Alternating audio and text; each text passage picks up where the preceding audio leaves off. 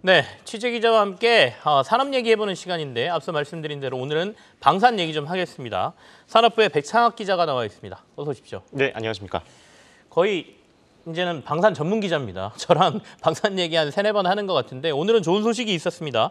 LIG 넥스원이 4조 2천억 규모의 천궁2 수출 계약을 맺었다는 소식이 시장에 전해졌는데 이 얘기부터 좀 해볼까요?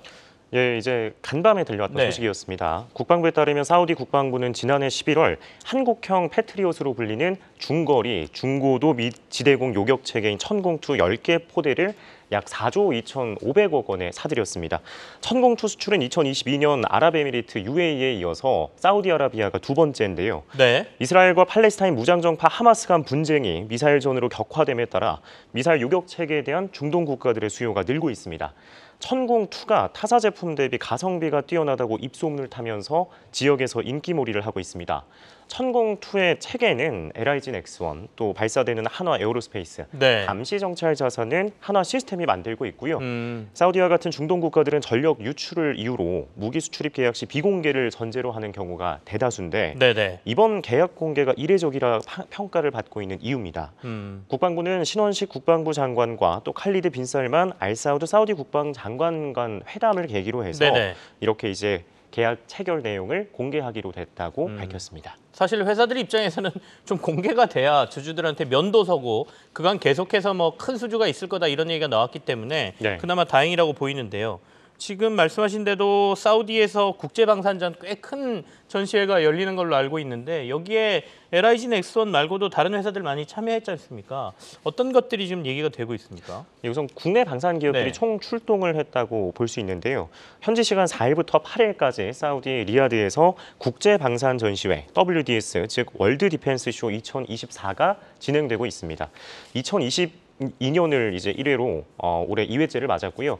사우디는 거대 자본력을 앞세워서 WDS를 선진 무기를 대거 사들이기 위한 쇼케이스로 삼고 있습니다.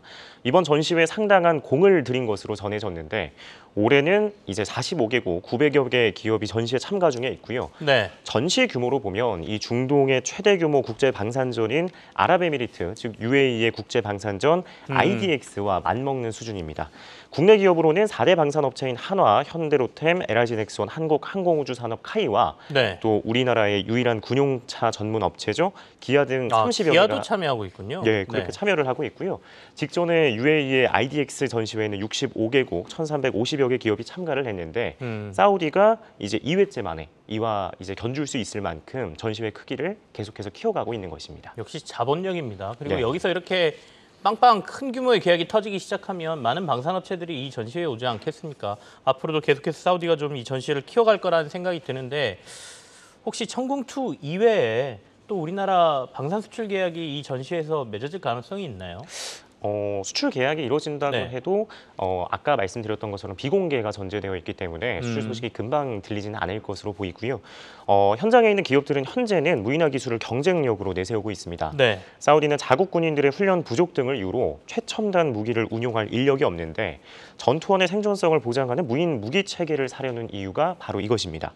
한화는 방산 계열사들을 한데 모아서 통합 부스를 차렸습니다.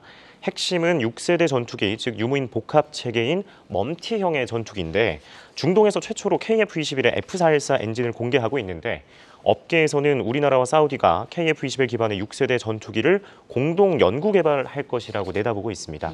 그래서 이제 공동 연구 개발 이후 양산 시 기체는 카이가, 엔진은 한화 에어로스페이스가 만들 것이라는 관측이 나오고 있어서 기술력을 소개하기 위해서 엔진을 선보인 것이 아니냐는 것이 전문가들의 분석입니다.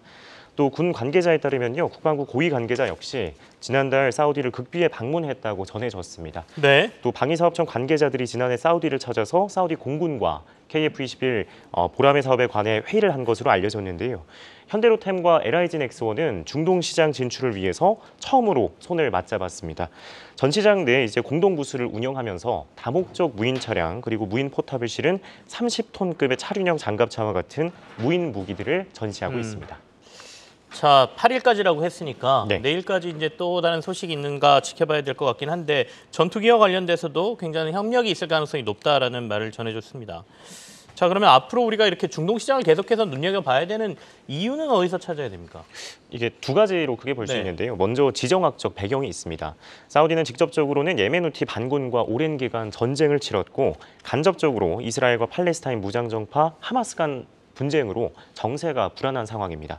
사우디군이 주로 미국산 무기를 사용하는 만큼 미군의 이제 무기와 상호 호환이 되는 제품을 선호할 수밖에 없는데 때문에 국내 기업이 만든 대다수 제품이 미국제와 호환이 되기 때문에 네. 기회의 땅으로 여겨지고 있는 것입니다. 또 천문학적인 자금력을 갖추고 있다는 점 역시 매력적인데요. 국제연구소의 조사 결과에 따르면 사우디는 글로벌 방산 시장 무기 수입량 순위 1위를 현재 목전에 두고 있고요. 또 앞으로 10년 동안 200조 원 가까운 거금으로 무기를 무더기로 사들일 것으로 전망이 되고 있습니다. 업계 관계자들은 최근 수출입은행법 개정이 진척을 내지 못해서 네네. K방산이 이제 어느 정도의 수출에 차질이 있었는데 중동 국가들의 오일머니가 비상 탈출구가 될 수 있을 것이라는 설명입니다. 또 한 사우디 간 방산 협력 관계가 돈독해진 만큼 무하마드 빈 살만 사우디 왕세자가 네. 전시 기간 이 한국관을 방문할 가능성이 높아 보인다고도 덧붙였습니다. 업체들이 전시 막판까지 초대형 수주 계약을 따내기 위해서 네. 총력전을 펼치고 있는 이유입니다. 사실 폴란드는 수출 금액은 크지만 우리가 돈 빌려주면서 네. 차관을 통해서 보증까지 서주고 다시 그 돈을 무기 수출해서 가져오는 상황이기 때문에 중동이 이렇게 돈 많은 국가한테 파는 게 유리하긴 하겠습니다. 네. 산업부의 백창학 기자와 함께했습니다. 고맙습니다. 네, 감사합니다.